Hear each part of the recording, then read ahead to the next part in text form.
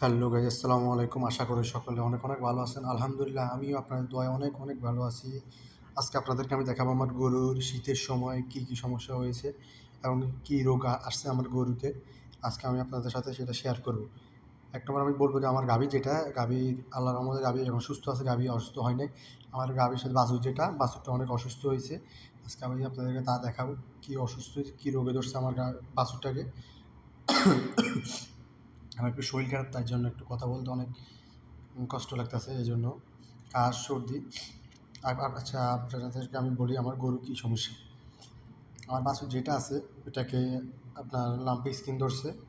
Lumpy skin ধরার পরে আমি এটাকে 4টা ভ্যাকসিন দিয়েছি। 4টা ভ্যাকসিনের পরে আমি ওটার গাইনি ট্রিটমেন্ট করতেছি। গাইনি ট্রিটমেন্ট হলো যে আমি জিঙ্ক, জিঙ্ক না, আপনার কি এগুলো কী বলে জানি, হ্যাক্সোসল গরম পানি দিয়া, হলুদ গুঁড়া দিয়া পুরা গা ডেলি ডেলি মুছি।